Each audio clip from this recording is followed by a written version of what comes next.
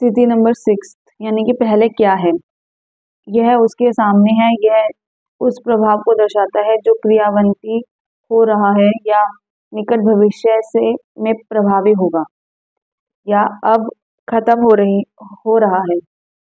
यह कार्ड दिखाता है कि भविष्य में क्या होगा, जो सप्ताह या महीने हो सकते हैं। यह है कि निकट भविष्य में स्थिति या मुद्दे कैसे विकसित होगा या प्रभावित होगा, यानी कि फ्यूचर में क्या चीजें हो सकती हैं, क्या चीजें नहीं हो सकती हैं। जो कि मैंने बताया था, पूर्व का जो आएगा यानी ईस्ट डायरेक्शन में जो आएगा वो भविष्य का होगा, पश्चिम में अतीत का होगा, ठीक है, यानी कि वेस्ट में।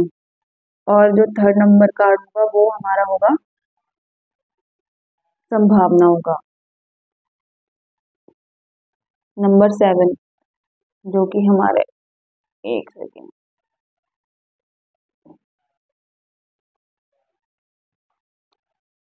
नंबर 7 स्वयं स्वयं को दर्शाता है, यानी कि हस्ताक्षरता, चाहे वह व्यक्ति हो या वस्तु, और परिस्थितियों में अपनी स्थिति का दृष्टिकोण दिखाता है। मैंने इस कार्ड को सलाह आगे बढ़ाने का रास्ता कार्यवाही के रूप में पढ़ा है। कार्ड 7 में हम आंतरिक पहलुओं से दूर जाना शुरू कर देते हैं और बाहरी पहलुओं पर ध्यान केंद्रित करते हैं। हम इस मुद्दे को जानते हैं, यह क्यों और कैसे उत्पन्न हुआ है, यह कहाँ जा रहा है, और अब हम लक्ष्य प्राप्त करने या समस्या को हल करने के बारे में निर्णायक कार्यवाही करने की स्थिति में है। यह ब्रेक थ्रू कार्ड है और करंट को आगे बढ़ाने की संभावित रास्ता दिखाता है। कार्ड नंबर 8 उसका घर, उसका वातावरण और उसमें काम करने की प्रवृत्तियां जो मामले पर प्रभाव डालती हैं। उदाहरण के लिए जीवन में उसकी स्थिति, निकटतम मित्रों का प्रभाव इत्यादि।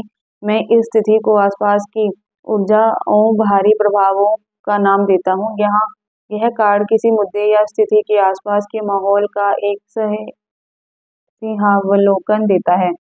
इसमें अन्य लोगों की राय और धारणाएं, परिवार और मित्र के विचार या दृष्टिकोण, दूसरे के प्रभाव, बाहरी रुझाना शामिल होंगे। यह कार्ड आमतौर पर ऐसी चीजें दिखाता है जो काफी हद तक करंट के नियंत्रण से बाहर होती है।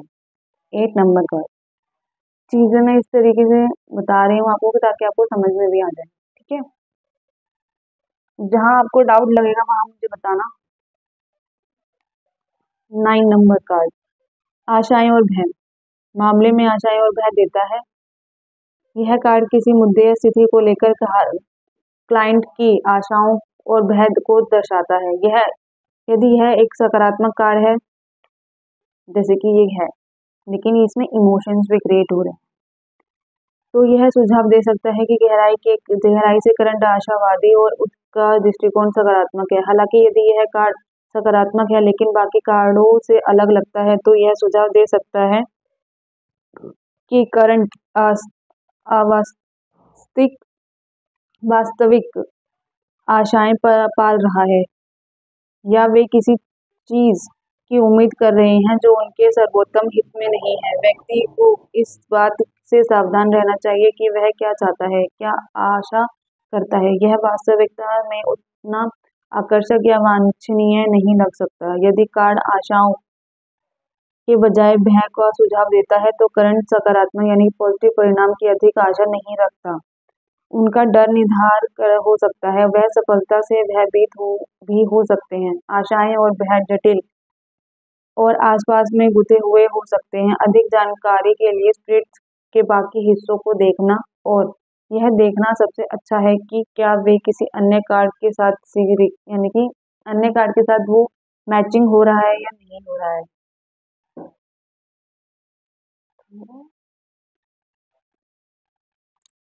अब बात करते हैं नंबर 10 की। क्या आएगा, वह है जो आएगा, अंतिम परिणाम, जो कि अन्य कार्ड द्वारा दिखाए गए प्रभावों द्वारा लाया जाता है, जो अटल में बदल गए हैं। यह कार्ड करंट की वातावरण, गतिविधियों और मानसिकता के आधार पर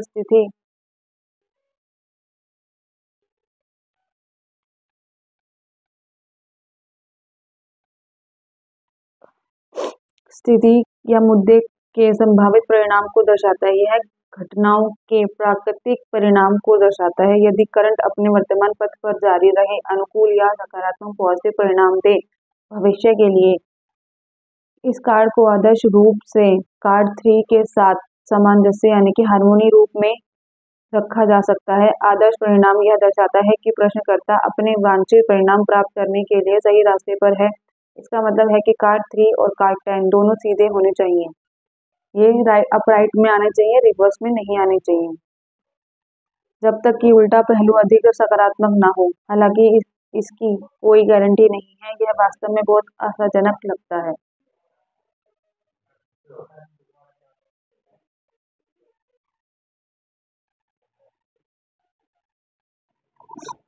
और याद रखें कि कुछ परिणाम ऐसे भी हो सकते हैं जो सही नहीं होंगे या फिर वो सही भी हो सकते हैं। तो करंट इसके बारे में बहुत कम काम करते हैं।